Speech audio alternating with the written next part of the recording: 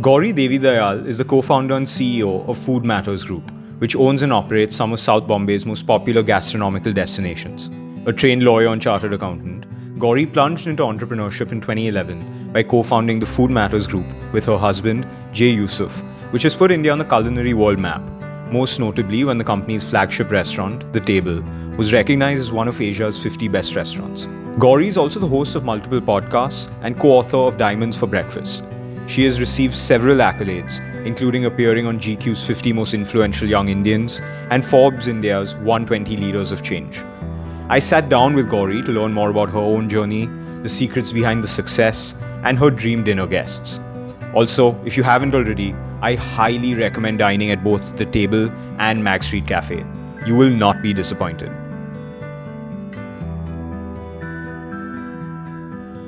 Hi Gauri, thank you for being here. Welcome to the Sensei Kujaku show. Thank you so much for having me. So it's actually quite interesting. This is the first time that there's a lot of firsts actually. It's the first restaurateur I have. And also interestingly, the first guest I have who has her own podcast and sort of own content creation mechanism behind her. So it's interesting to sort of get someone on who also is part of the game in some ways. Well, it's definitely fun to be on the other side. So Gauri, when I was talking to you about doing this podcast, I told you the theme for today is the science of hospitality. And what I want to sort of get into is what I would argue is the equally important, but maybe not as sexy part of your business, which is that it is a business, right? This is not a hobby. It's like you may want to do certain things, but the bean counters as they are would tell you not to do it, right? It doesn't make sense to do it. So there's two broad areas I want to cover on this. One is from the entrepreneur standpoint, the importance of being meticulous and being detail oriented, and again in a field where there is sort of so much I would say desire to be creative and maybe and in order to get the creative juices flowing, maybe go a little crazy, right? So I want to talk about, if I look at the background of you and your partner in every sense of Jay and the sort of backgrounds that you guys had professionally, what have your individual backgrounds taught you about being meticulous, and how have you brought that to the restaurant or hospitality business as a whole?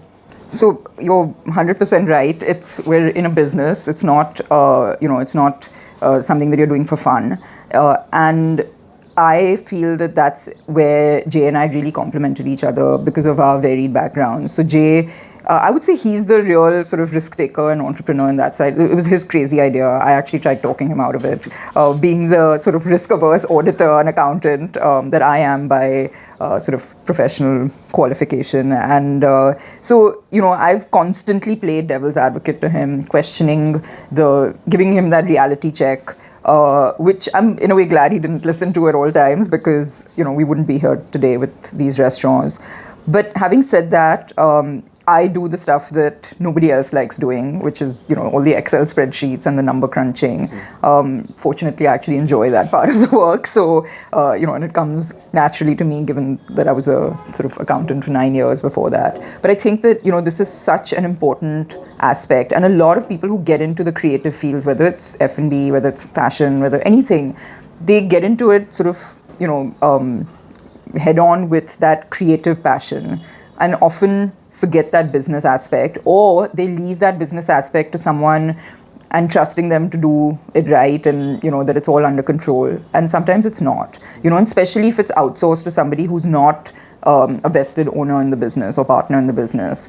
And I always tell people that no matter how much, especially chefs who really are the creative people in the kitchen, that you need to at least understand what's happening on the business side, and not just trust that someone else is looking into that and taking care of it. And that's actually where most businesses fail. So even if they have a great product, it's usually because the numbers just haven't stacked up, that they have to end up closing. And it's really hard in that first year, especially of the restaurant business, where you start off with a bang, you go all out, whether it's on ingredients, whether it's on your staffing, whether it's on, how you've done up the space. And then, because it's not a quick fix kind of a business, it's something that you have to give time to, for people to experience, enjoy, keep coming back to. It is something that is for the it takes a lot longer. It's not something that you're going to break even necessarily in the first 6 months. And you have to have that lasting power in this business. So again, another thing I say to people is that you might go in with a great business plan and like a 3-month or a 6-month working capital. Make it 12 months, because there are just so many things that you can't, as you may have seen and read in the book as well. There's so many things that you just can't possibly predict. And if that is what, if those external factors are what's going to end up squeezing you and leading to you closing the business, that's really unfortunate. So, and you also don't want to be in a position which then really makes you cut corners. You start cutting corners on food cost, on, those are the places where you can squeeze, right? Because your rent is fixed, your manpower is usually fixed, and if you start kind of firing people, then again, that's going to compromise the experience.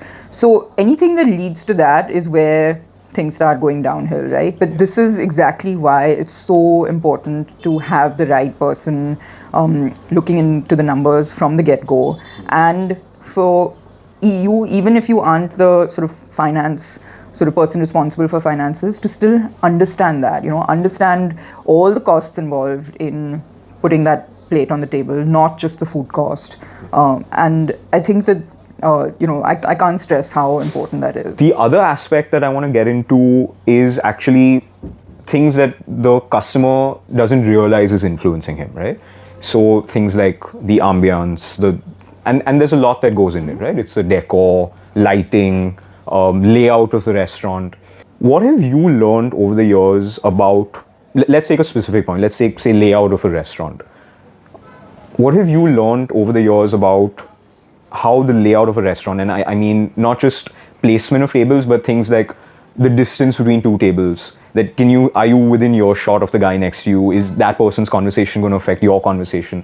Things like that like I said, that it's only when it annoys you, you realize that it's a problem. It's not something you may necessarily think of as a customer beforehand. But what are lessons, or what are things that you've learned about layout specifically, without giving away any trade secrets? So very little things. I'll give you a few examples. I mean, the spacing of tables is an obvious one. But even something like how far the kitchen is to the table, right? Because we're not in this old school where you come with food covered in cloches anymore, right? And if your food comes to your table lukewarm, you're not going to enjoy it. So just the distance that someone has to walk, the server has to walk from the pass to the table is so important. The other thing is, people love decorating their restaurant with flowers. This is something our chef taught us, right up front, was that you never use fragrant flowers in a restaurant, because it's as much an olfactory experience as it is a visual one and a taste, flavor one, of course. But those kind of things like influence and interfere rather with your dining experience. So it's like a very subtle thing that the absence of it, you won't even realize, but the presence of it would impact your dining experience. So, of course, the obvious things like music and lighting. I mean, there are people who specialize in restaurant lighting because it is, and that's changing as well because of now Instagram, right? When we opened the restaurant, there was no Instagram for a good 3 years. And, today, when you have lighting consultants work with you in a restaurant, that actually is a very sort of big factor in how photographs are going to happen because of the lighting over a table. So it's crazy, right? Who would have thought? But it's it is something that drives decisions today. And so there are lots of things like that. And I think more than space, and space is critical. When it came to us designing our restaurant, the first time we had to give a brief to an architect, we knew the kind of feeling we wanted to create, but to articulate that to an architect is really harder than you can imagine. And we actually switched architects 4 months into starting the project, and it wasn't anyone's fault in the sense of like not having described what we wanted right, but it just wasn't. It didn't create that excitement. When we sort of started to see the space come to life. And the second architect who did finally sort of do the entire restaurant, when he just sketched what he did, he wasn't even in the city, but he knew the space, and you had that feeling like this is it. And I think there's two aspects to the way when it comes to restaurant design, you want to keep in mind, or you want to create. One is that it should be timeless, in the sense that it's not something that's trendy, that looks dated after 3, 4, 5, even 10 years, right? So the table today is going to be 13 years old in January, and I hope it still feels like a space that you want to come, and it still creates that mood and that feeling in you when you walk into the space. And the second is that because of the nature of the food that we were doing, which was that it was California inspired, it was it wasn't specific to a particular country. We wanted you to, when you step in, be transported out of Bombay for those 2 hours that you were there. Without, it is a heritage building, you wanted to kind of retain that, but you at the same time wanted someone to forget their troubles outside of that space and just get lost, in those 2 hours in the meal. And I think that that's easier said than done. You have to find the right person to bring that feeling to life in designing the space. But I think that those are 2 really critical things when you're designing a restaurant space. Yeah. But so you were saying that, like when you're talking about the menu, but I guess it extends to this as well, that there isn't really margin for error, right? It's not like you can be like, oh, we'll try it, we'll see 2 months down the line if we need to change. So going into it without the benefit of hindsight, how do you know that your lighting or your placement of tables or whatever else is actually correct? You don't. So is there some way, like, at least initially, is there some way to do like controlled experiments within the restaurant to figure that out? Or I don't really think it's that. I mean, small practical things. Like, for example, when we opened, we realized that the air conditioning we'd budgeted for the space was not enough, and we had to add more ACs in, sort of partway through the after we'd opened, and that's not a quick fix. So things like that sometimes. Being a novice, you don't realize. Of course, today, that was 12 years ago. Today, there are people who now specialize in this, and you have to bring them on.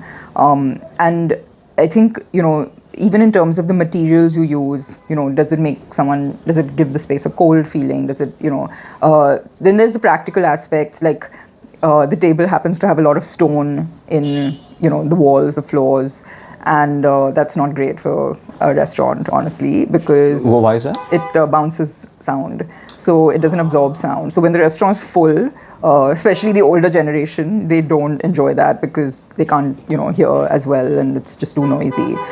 That was not something that we could fix, right? Because you couldn't just rip the whole place apart again and, fix it with say, wood, for example. But that is something that we learned, and of course you have to have some element of stone, but like we literally have it like on our walls and, in the double height walls and the floors. So I think that those kind of things you learn, with time, with experience. But yeah, it's a learning curve till today. Yeah. And it's interesting. So Table, Mac Street Cafe in Colaba. I've never been to the Lower Parel one, so I don't know if it also applies to that. But so Table, Mac Street Cafe, and Mac Street Kitchen at Ray Road. What I found interesting, I don't know if it's just a coincidence or it's some sort of intentional design feature, that there is a ground floor and then there's a sort of mezzanine-ish floor, especially in Table and Kitchen. I mean, I guess cafe is more a second floor than a mezzanine. But I want to get your sense of that. Is it just that there was no choice but to do that, or is it? I mean, is it a coincidence, or was that a very sort of well thought out, purposeful design feature? That's very observant of you, I have to say, and I'll tell you where it comes from. It's because both the table and the kitchen have these beautiful double height ceilings. So the kitchen has an 18-foot floor to ceiling height, and the table, I think, is similar. Well, it is now because we had to actually dig down to build the mezzanine the way. Yeah.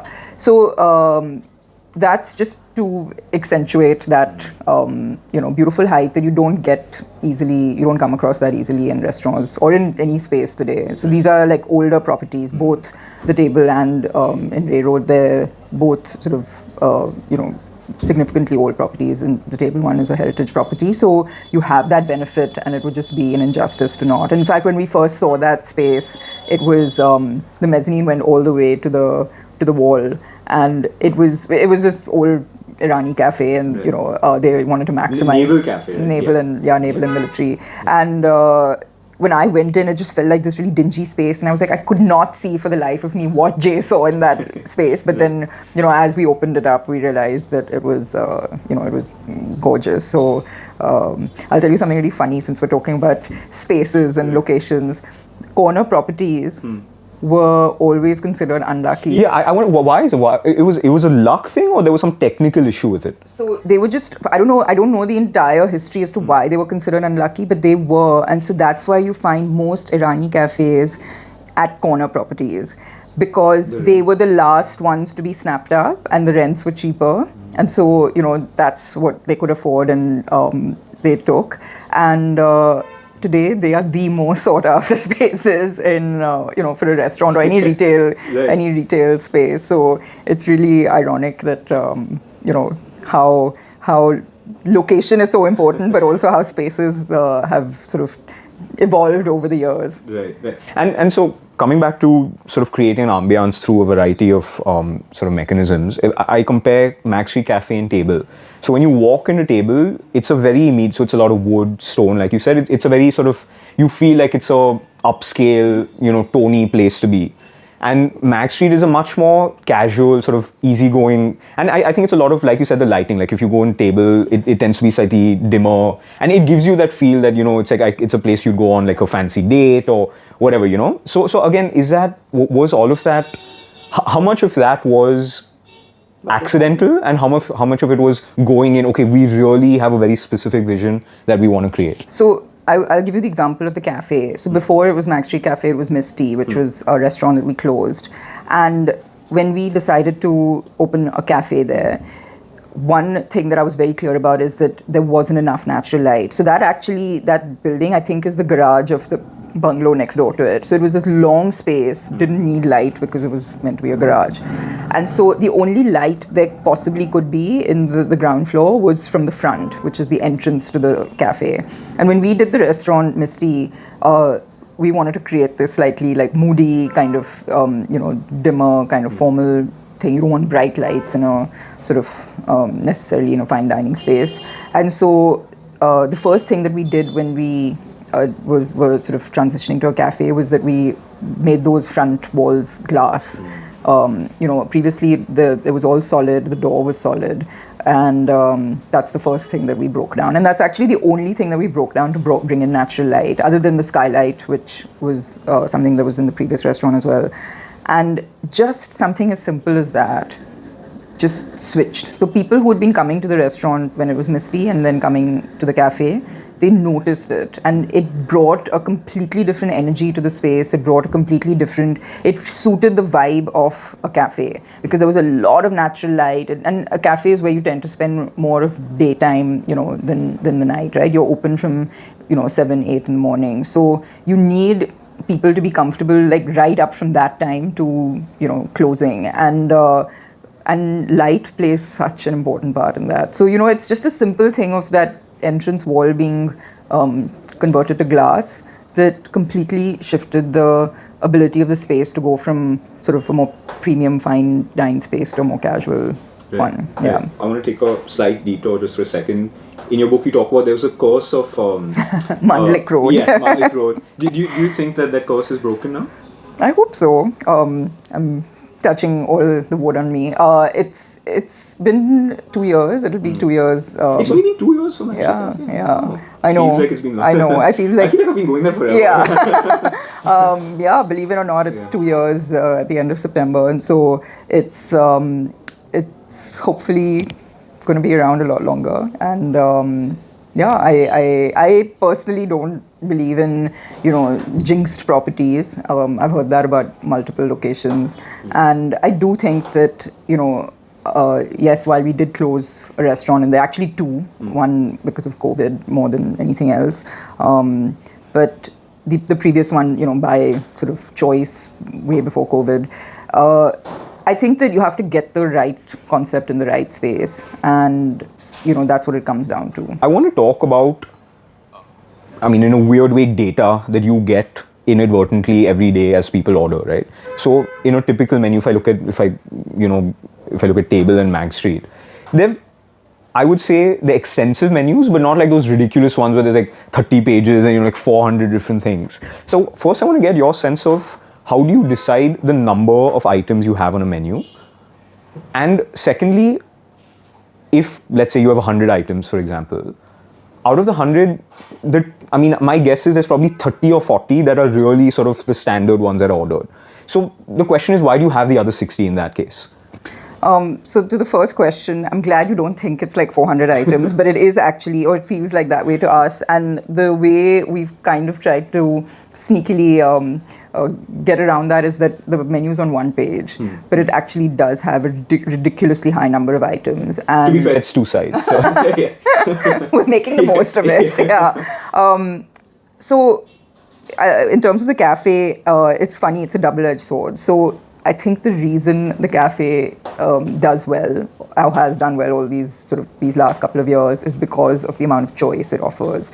So it's not something that, the funny thing is the menu that we had at Misty, which was Southeast Asian, is on the cafe menu. A lot of it. Japanese, yeah. So, about 70% of that menu is on the cafe menu today. And funnily enough, that is the highest ordered food from the entire cafe menu. So why does it, work now when it didn't as a restaurant previously? I think one of the things is choice. So people love to go without having to think about what they're going to eat before and show up there. And if you want sort of the pizzas, it's there. You want Asian food, it's there. You want sort of a more like Western fare, that's there. And there's something for all generations. Kids can have their sort of pizza pasta, at the cost of being completely, sort of generalizing it. Grandparents want sort of more familiar, like burger or something, that's there. You want Asian food, curries, all of that. So I think it's just something that you go there and you see what you're in the mood for, and probably besides Indian and Japanese, you'll find it. I think when you have to decide what you want to eat in terms of cuisine beforehand, unless you're really craving something, that definitely narrows your choices down. And you will find that a lot of, one of the most annoying things in our business is that people will make 5 reservations in 5 different places for the same one night, especially if you're dining out with friends, and then decide what you're in the mood for just before and then cancel all the other 4 last minute, right? And that's because food is such a mood-driven thing. So I think that, coming back to your question, having that extensive choice is something that's worked in our favor. The flip side is that how do you manage your menu, right? How do you manage your inventory? And you have to be clever about it. So a lot of ingredients may be used in multiple parts of the menu, not like ready-made, but as raw ingredients. And so, whether someone's ordering from here or there, you're going to use up those ingredients. Fortunately, because we also have 2 restaurants in Colaba, we're able to like leverage what we use between the 2 spaces. And, when you said that out of say 100 items, 30, 40 are what will move the most, and that's actually not the way it should be. You should be seeing, I would say, 80% of your menu moving, in a significant enough way that it merits being on the menu. And that 20% is things that you are not making specially for that 20%, but can be offered because of other things that are on the menu, right? So like if you have a like burrata salad, you can use the burrata on your pizza, but so it doesn't kill you to have a burrata salad on the menu because your burrata pizza is moving. And I think that that's where menu engineering and using the data that is available to us these days because of, sort of highly advanced POS, point of sale systems, is something that, you're a fool not to kind of tap into that data and keep reviewing it. So we have monthly like menu engineering meetings so that we can see what's moving, not moving. Of course, a lot is driven by seasonality of ingredients. Sometimes things are not available and then you have to change your menu to exclude that. And then a lot of times it's also weather driven, right? You don't want to be drinking a hot soup in like 35 degrees. So those are the things where you start, menu engineering every month. But you have to do that and you have to have at least 80% of your menu that's moving enough. And if it's not because you put something and people are not taking to it, take it off. Like don't waste time and get all like personal about it and insist that it be there because you've created it. Right. So I'm just going to take a turn here. I want to read a quote from your book. It'll just give me a second. It says, making the decision to close a restaurant is one of the hardest. Hospitality is a business that you only get into if you're an eternal optimist. After all, no one in their right mind really would. You live in perennial hope and also in perennial denial, and want to give a chance to the new menu or cling onto a compliment from the odd guest who does genuinely enjoy the food. Surely, there have to be more like them. You say a little prayer before opening the daily sale report email every night. It's only when the bank balance really runs dry that the decision is made for you. So, just to offer some context, this is you were talking about, in the book you're talking about Misty, and which I can only imagine the heartbreak of, having to close down any business, and especially something like this, which is in many ways driven by passion. I want to again come back to the business aspect and the sort of bean counting aspect of a creative business. Is it really the case that you have to wait for the bank balance to sort of run dry, or at what point in the process do you see the signs, and at what point do you decide, okay, time to cut our losses? And or it's, sometimes you just have to give things time, right? It's like, for example, in my business, you buy a stock and it's like it goes down 10%, like no, just wait, whatever, my thesis will play out. So similarly, is it I mean, when do you really take that call in your business? I think it's, that aspect of there firstly being a thesis, right? And it's not just a personal pursuit that you're on to insist that this is the right track. If the writing's on the wall, and by that I mean not just the numbers, but either the footfall, and obviously that's what drives the numbers. You have to you can either decide to keep pumping money into it, which is foolish beyond a point, or it literally comes down to the numbers. It's a business, like we said, and I think better than starting to cut corners by sort of bringing your manpower down to a point where service is flailing, or compromising on ingredient quality, or bringing your menu down to a point where people like barely have any choice, or they're just seeing the same ingredients again and again. It's better to just nip it in the bud, and possibly like reinvent if that's an option, if you have the finances, and you've, in our case, we had the space we'd signed a lease for a longer period, which is why we decided, in spite of, just barely coming out of COVID, that we were going to give it another shot. So I think that it's you want to firstly give it your all, right? If you've literally tried everything under the sun, and then it's still not working, then it's better to just bite the bullet and, like I said, either shut shop completely or reinvent with a new concept. It's easier said than done, but I think that was actually, that whole experience of closing the restaurant for me was one of the best from a long-term standpoint, not obviously for that particular project, because it really taught me that, this business doesn't define me. It's you are going to have these ups and downs in your business, and you're not always going to have a hit on your on your books. And so take it in your stride and act fast. It comes to business, right? That's the whole thing, that be nimble. And that's one of the best sort of lessons we had even during COVID, right? Where the sort of pitfalls of what was happening was a little outside of our control. But again, you had to be nimble. You had to make decisions which, we all, like restaurateurs, went into delivery mode. Whereas pre-COVID, we were all scoffing at delivery, saying that no, our food can't be delivered, and, this is meant to be had in the restaurant. And today, your survival depended on delivery, right? So then you have to figure out how to do it, and yet without compromising again on your the quality of your food. And so you focus on things like packaging, you focus on the delivery, the last mile logistics. So the point is that, in that situation, what's the best thing for your business? And the best thing is never, like I said, to compromise on quality of experience or food. But the best thing might be to shut down. Yeah. And it's interesting you talk about reinvention. And again, coming back to the fact that it's a creative business, you have to endlessly balance offering the greatest hits with not boring your customers, right? So I'll give you an example from a different field. I went for a Coldplay concert last year. And what struck me is, this is one of the biggest bands in the world.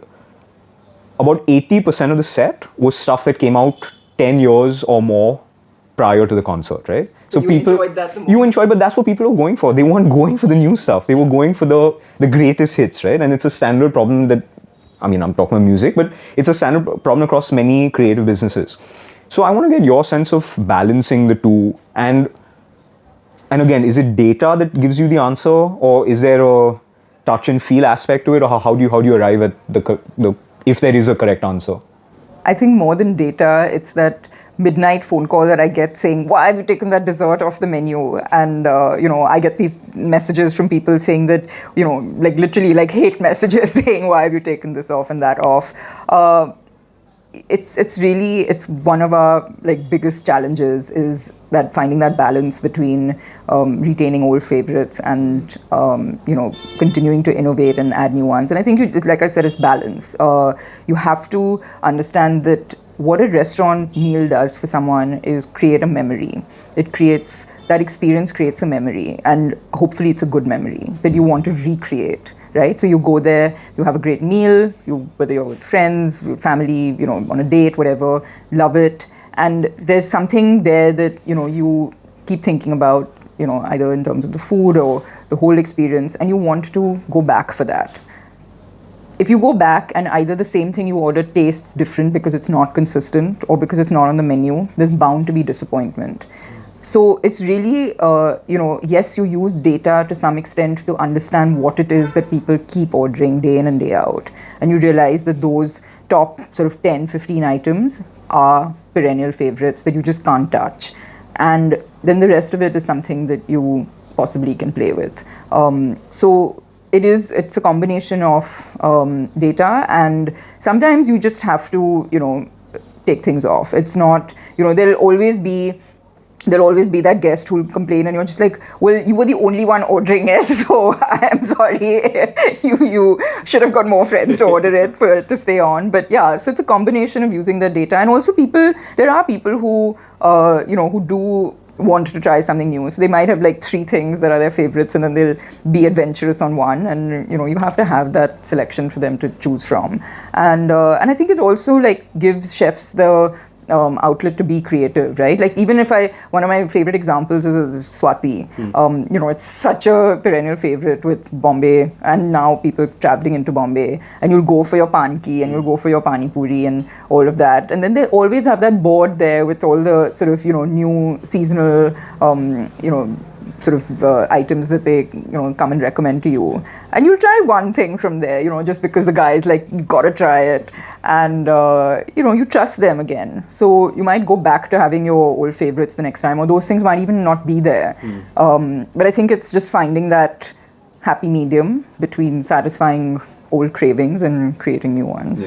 So I want to talk about the broader influence, I would say, especially table, but now, there's not even Mag Street, but really table more than anything else, has had on the culinary scene in, Bombay, obviously, but I would argue even in India.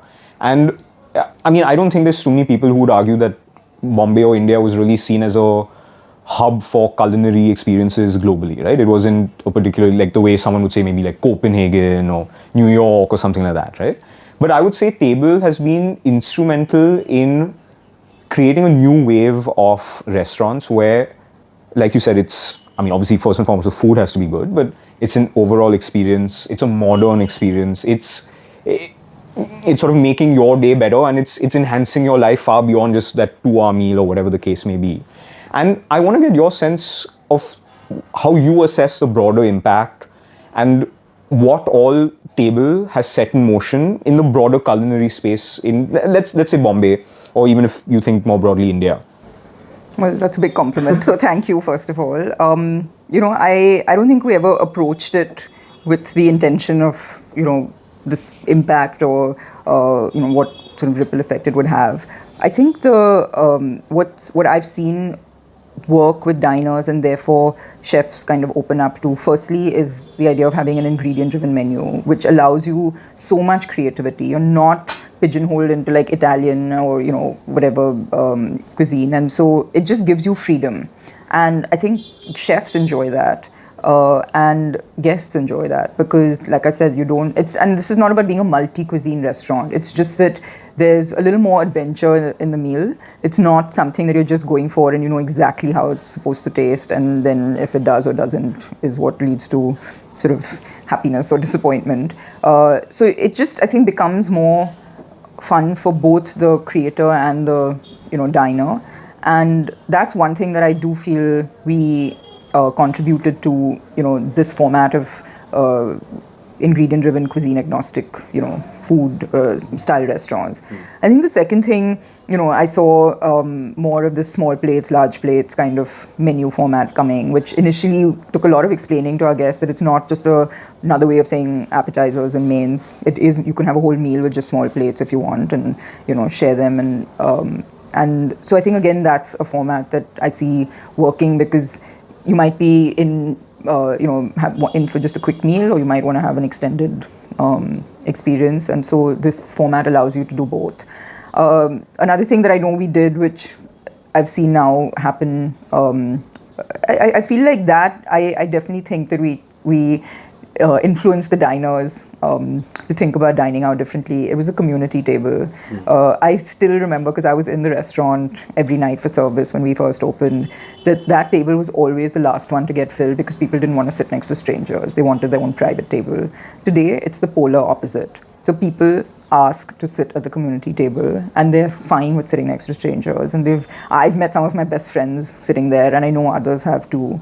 And I think that idea, and you would do that in the West, right? People would travel and do that. It's just that here it was not a done thing in this type of restaurant. You go to a canteen, it's totally like a dhaba and all, like it's totally like that. But in a slightly more fine dine setting, it was just not common practice, right? So, but the camaraderie which adds to that experience of dining out, that sitting at a community table offers you, is something that I definitely think I'm seeing more of in restaurants, in sort of the slightly more premium restaurants. So these are things that have definitely sort of very subtly influenced the dining experience, and both for chefs as well as the diners. And I do like somewhere I'll take a little credit for it.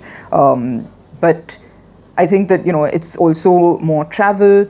Food has just become a form of like entertainment. It's become a pastime for a lot of people. Travel revolves around food. People will book tickets, and then they'll straight away get on to like making restaurant reservations and getting lists from friends and all of that. So it's become such an integral part of people's lives. It's no longer relegated to that special occasion kind of experience.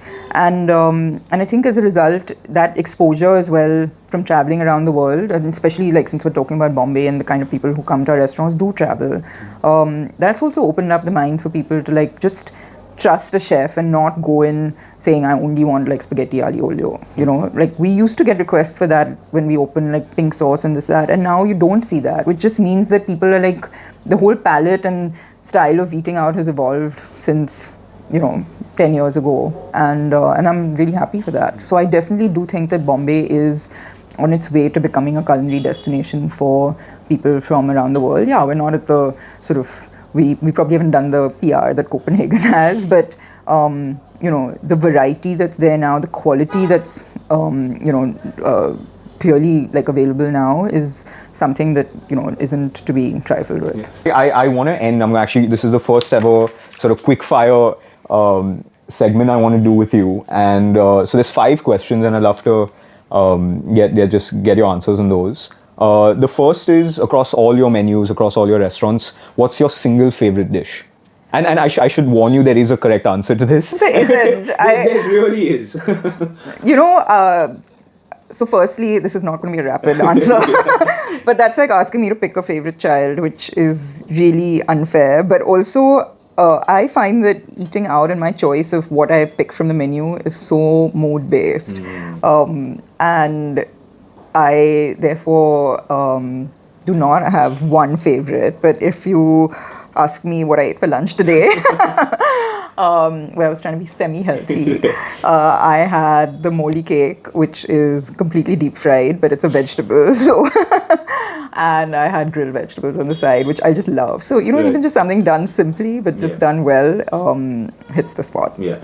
So I should, let me fill you in on the correct answer. It is at Mag Street, Mag Street Cafe, that is. There is a spaghetti in arrabbiata sauce, which is just unbelievable. I don't know what you put in there. I don't know what it is that goes in there. So I have that often with the meatballs version, and it is good. It is actually the sauce is unbelievable. It's one of the best things I've had in my life, but incredible. The second question is, what according to you is the most underrated? Maybe not necessarily one, but like a few underrated restaurants in Bombay. It was a really tough question to answer. I think I'm going to pick Status, which is in Nariman Point, and I know it's packed always, and they've just grown and grown and grown. But the thing I think it's most underrated for is its thali, and that's because there are some like very obvious big thali place names in the city that everyone always thinks of for Gujarati thali or Gujarati Rajasthani thali, and they are delicious, no doubt, but they always leave me like in a true coma. Whereas this one, which is made for office goers, hits the spot without like, unless you eat too much, of course. But it really hits the spot every single time without like making you want to run home and go to bed. So I think that that to me is people go there for all sorts of things and a quick bite, but the thali is the one to go for. Interesting answer. If you could invite any 3 people, dead or alive, for dinner, who would they be? Okay, so these are all people that you don't know. They're no one famous. But they are a combination of dead or alive. So one is my dadi, because when, I've grown up obviously eating her food, but never really appreciated what I was getting because I got into the business long after, and my real like appreciation for good food, hit a little late in the day.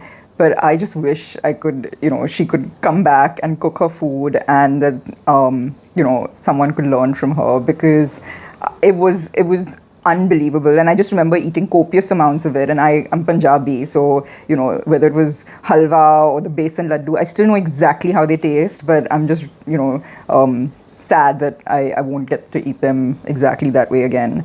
And the second person is actually on my maternal grandparents' side. He was the bawarchi at my grandfather's house, and bawarchis, I don't know if you know, they are sort of leftovers or were leftovers of the British Raj. So they were really trained in Western cooking from Calcutta and cooked the most exquisite food. But it was a generational thing. It was something that was passed on the generations, and I think it just died with the last sort of rung of them. And I remember my grandfather sort of who lived in Delhi had a bawarchi.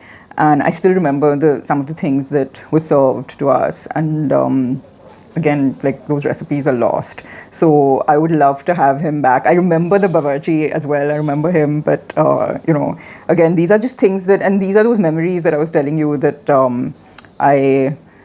that food has created for me that I just wasn't appreciative of at the time. And the third person would probably be my mother, because she says I don't meet her often enough. So I would invite her for dinner if I was actually bothering to have one. So interesting. It's always, whenever someone talks about the connection between food and memories, I always think of that scene in Ratatouille where Ego, the critic, is eating, and he has that first bite, and there's this rapid flashback to his mother, and it's interesting, right? With how things connect and what takes you back. And that's your biggest goal in a way as a restaurateur, is to create those memories, because that honestly is what brings people back. Right. Okay, so there's an asteroid headed for Earth. You have one meal left. What do you eat? Okay, first thing that comes to mind, so I'm just going to say it, Japanese. Any particular dish, or just, is that your favorite cuisine? Yeah, I think so. Okay. It's something I indulge in every so often. Unfortunately, we don't get enough of it here, but yeah, if whenever we travel, it's the first thing I eat when I go. So I'm going to use that as the basis for figuring that it might be the last thing I eat as well. Got it. And last question, there's going to be a follow-up to it, which is the more serious version of the question, but what is a fitting punishment for someone who eats at your restaurant but doesn't pay? And is it true that you can make them wash the dishes as recompense? Okay, I've never tested that theory. I don't want them washing dishes because they're probably going to do a shitty job of it. I think they should be blacklisted, not just from your restaurant, but from every restaurant in the city. And there should be a public database of people like this, because they are not welcome. So, that's just not cool. Whether you like the meal or not, it's just not cool. Right. And sorry, so the serious question was actually something you spoke about earlier, which was a guest will make 5 different reservations for Saturday night, and then, at 7:45 decide where he wants to go. And what I see is, especially in like Europe, probably more than even the US anywhere else, there's most restaurants will make you pay a deposit, right? So do you think that sort of we are headed in that? I see it in some restaurants. So we do. Yeah, but do you think it's going to become a common practice? I think so, because it's sad but true that this is the only way to get people to commit. And they, like I said, we're not in a city where, and I think even in places like New York and London, where you do have the large enough audience that's dining out, it's still hard to get last minute guests, forget get last minute reservations, to get last minute guests. And it's really like horrible for a restaurant when you have large cancellations. And I don't think people really understand the gravity of that situation, not just like financially in terms of losing that many covers that night, but also for people who dine out and then suddenly like see that there wasn't enough footfall there, or you've turned someone away because you're like, no, I've got a table coming, and then when they cancel last minute, and that guest, or maybe you seat them somewhere else, not where they want to sit, and you're like, I'm holding that for, and then they see that no one's come there, you know how these are the things. So it has so many like ripple effects that it's just not nice. And I've seen now people questioned us a lot, when they threw a lot of tantrums when we said there was a charge, and we were like, well then, you're welcome to go elsewhere. You'll pay it quietly when you travel abroad. You won't even like dare question it. And unfortunately here, you can't take credit card numbers and just rely on that, because that system doesn't work. So you have to take actual payment. But we've seen how people say, okay, I'll call you back and confirm, and yeah, I think that we are heading in that direction. I think there's no bad thing, because if you do intend to dine there, then you shouldn't have a problem paying. And I think it just creates sort of good etiquette. But if it was triggered by something that wasn't very nice. So right. But Gauri, I just want to thank you for coming on, obviously, but also I find it fascinating whenever discussing, like I said, creative businesses and the marriage between creativity and actual serious on the ground business, strategy and everything else that goes into it. And like I said, things that as a customer you don't even realize are influencing you, right? Like things like lighting, like as a customer you're not thinking, oh, it's dim or it's not dim or whatever, So it was so fascinating hearing about all that, and thank you again for taking the time to come on. Thank you for having me. This was a fun respite from my daily work. Good, Noel. Thank you so much, Gauri. Thank you.